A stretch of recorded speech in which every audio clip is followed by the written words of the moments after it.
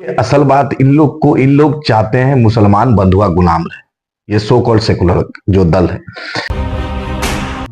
9 बच्चे हैं 2 टिकट, और पूरा मुसलमान जो लगभग 2.5 करोड़ है बिहार में, उसको भी 2 टिकट।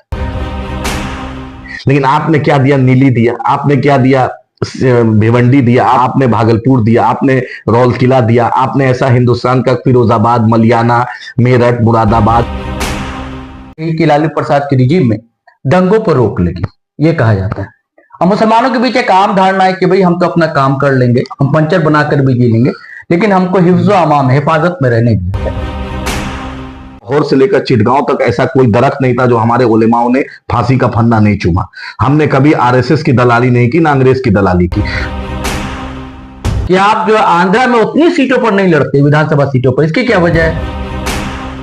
लड़ते हैं ना, हर जगह लिमिटेशन। मेरा कहना है वहीं सभी सीटों पर लड़ते हैं, पहले वहां मजबूत हो जाए। राणा रंजीत सिंह साहब सीताराम सिंह जी के लड़का है। अखिलेश्वर शर्मा भूमियार समाज से आते हैं, दीनानाथ मांझी जी दलित समाज से आते हैं, प्रियंका चौधरी जी मल्ला बिरादरी से आते हैं। हमने टिकट दिया। तो जो सेकुलर दल उसी पर अटैक क्यों करते हैं? भाजपा पर नहीं करते, हमारे पर अटैक नहीं करते। कल्पना भाभी गांडे से लड़ रही है तो उनको कोई ट्राइबल सीट नहीं दिखा, कोई हिंदू डोमिनेंट सीट नहीं दिखा, यही कंधा मुसलमान का। वायनाड में राहुल जी को यही मुसलमान का कंधा। तो जब वो जय श्री राम का नारा लगवाते हैं तो फिर इतराज क्यों होता है? जब आप अल्लाह अकबर कहने का हक समझते हैं ना। क्या आपकी पार्टी ने कभी दलित सवाल पर धरना प्रदर्शन किया? क्या आपकी पार्टी के लोगों ने कभी आदिवासी सवाल पर धरना प्रदर्शन आंदोलन किया?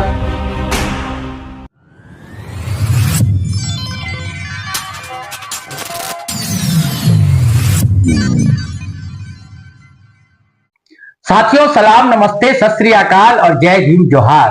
साथियों, सियासत है और झारखंड है, और झारखंड में शबाब पर है इन दिनों सियासत। आदरणीय प्रधानमंत्री नरेंद्र मोदी आए, वो क्या बोल सकते हैं आपको पता है, वही बोला उन्होंने, अब कुछ भी गलत नहीं कहा।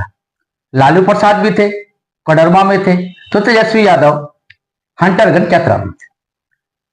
और एक युगल जो है, जो जोड़ी है, बड़ा चर्चित है, इंडिया अलायंस की, जेएमएम की पति पत्नी, यानी कि हेमंत सोरेन और कल्पना सोरेन। अब कल्पना कितनी उड़ान ले पा रही है ये तो रिजल्ट ही बताएगा। 13 तारीख को पहले चरण का मतदान है। लेकिन इन सब से अलग दोस्तों, मुस्लिम सियासत में प्रतिनिधित्व का सवाल आज भी उतना ही मौजूद है जितना कल था। आज भी सो कॉल्ड सेकुलर दल जो है मुसलमानों को टिकट देने से हिचकती हैं, घबराती हैं। इसके पीछे वजह क्या है? और बार बार एक इल्जाम लगता है AIMIM यानी कि बैरिस्टर असदुद्दीन ओवैसी की पार्टी पर। ऐसे कई सवाल हमारे पास हैं और पार्टी के राष्ट्रीय प्रवक्ता हमारे साथ बैठे हैं, एडवोकेट आदिल हसन आजाद साहब, जिन्होंने अपनी सियासत की शुरुआत दलित राजनीति के पुरोधा माने गए एक दौर में रामविलास पासवान की पार्टी लोजपा से की थी, और कभी विधानसभा का चुनाव भी लड़ा था बिहार के बाद सोई से। यूथ मजलिस के वो प्रेसिडेंट हैं बिहार के, तो राष्ट्रीय प्रवक्ता भी कुछ दिनों पहले सुप्रीमो असदुद्दीन ओवैसी साहब ने बनाया है। रांची दौरे पर है और झारखंड में 7 जगह से पार्टी चुनावी किस्मत आजमा रही। तो पहला सवाल वही है, जलता हुआ चुपता हुआ, आदिल साहब को बुरा भी लगेगा, लेकिन वो सवाल तो है और पूछा जाना चाहिए। वो सवाल ये है, आदिल साहब आपका इस्तकबाल है पहले तो। जी सर, बहुत बहुत शुक्रिया। और पहला सवाल यह है कि क्या वजह है कि आपकी पार्टी को बी टीम कहा जाता है? इसके बाद फिर हम चर्चा करेंगे। सर देखिए, सहूलत के हिसाब से जब हम यूपीए 1 में थे, यूपीए 2 में थे जी, तो हम क्या थे जी? जब हमने प्रणब मुखर्जी को वोट दिया तब हम क्या थे? जब हमने इमरान प्रतापगढ़ी को वोट दिया राज्यसभा जाने में तब हम क्या थे? मीरा कुमार को वोट दिया जब राष्ट्रपति चुनाव में तब हम क्या थे? रोसैया की सरकार, किरण कुमार रेड्डी की सरकार और वाईएसआर साहब की सरकार को हमने जब मदद की थी आंध्रा में, तब हम क्या थे? तो ये असल बात, इन लोग चाहते हैं मुसलमान बंधुआ गुलाम रहे। ये सो कॉल्ड सेकुलर जो दल है। आप ही बतलाइए, बिहार में लोकसभा चुनाव हुआ, लालू जी इतने बड़े नेता हैं अपने आप को, और है भी, ऐसा नहीं कि कोई बड़ी शख्सियत है, जिसकी जितनी हिस्सेदारी उसकी इतनी भागीदारी के बहुत बड़े वक्ता है, उसके वकालत करते हैं। अब आप बतलाइए, अपने घर में 2 टिकट, 9 बच्चे हैं 2 टिकट, और पूरा मुसलमान जो लगभग 2.5 करोड़ है बिहार में, उसको भी 2 टिकट। मतलब 18-19% की आबादी को आप 2 लॉलीपॉप थमा रहे हैं और अपने घर में भी 2 दे रहे हैं। और यही अगर हम सवाल इनसे कर देंगे तो इनको पेट में दर्द हो जाएगा कि मुसलमान सिर्फ दरी बिछा है, मुसलमान अफ्तार पार्टी में हम टोपी पहन के गमछा लगा के चले जाए, बहुत अच्छा, खजूर खिला दे मेरे। तो मुसलमान भी तो इसमें खुश रहता है। देखिए मुसलमान में बदलाव आ रहा है, 75 साल हो गए, मुसलमान भी देख रहा है कि मुसलमानों की स्थिति बद से बदतर हुई। आजादी के वक्त हम 35% रोजगार में थे, आज हम 1.5% सरकारी नौकरियों में।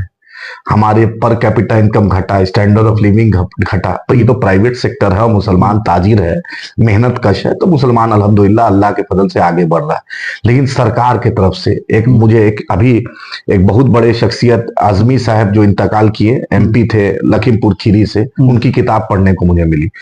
HD देवेगौड़ा साहब प्रधानमंत्री थे, मुलायम जी कैबिनेट में थे, तो एक बात चली कि मुसलमानों को कुछ दिया जाए। देवेगौड़ा साउथ से आते थे, उस वक्त तक बीजेपी का उन पर प्रकोप नहीं था, बड़ा लीडर और एक सेकुलर OBC समाज से बड़ा लीडर और पूरे जनता दल का एक बहुत बड़ा पिलर।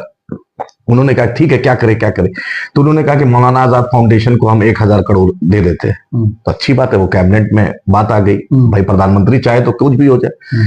तो आपको जान के आश्चर्य होगा, मुलायम सिंह यादव ने कहा, जिसको मुलायम जी जिन्होंने विधानसभा 2019 के लोकसभा कि उसमें कहा था कि मोदी जी मैं फिर से आपको चाहता हूं प्रधानमंत्री देखना, ये उन्होंने कहा। जिनकी बहू बीजेपी में, जिनका धर्मेंद्र का बहनोई बीजेपी में, जिनके सब लोग बीजेपी में कहीं ना कहीं से जुड़े हैं, इनको उनके साड़ू साहब भी बीजेपी में, और वही जिसको मोदी जी ने पद्मश्री भी दिया, सब कुछ ठीक है, तो वही मुलायम जी ने कैबिनेट में कहा था। आजमी साहब MP है, कहा कि अभी मत दीजिए, 3 साल बाद दीजिएगा। मुसलमान को जब 3 साल हो जाए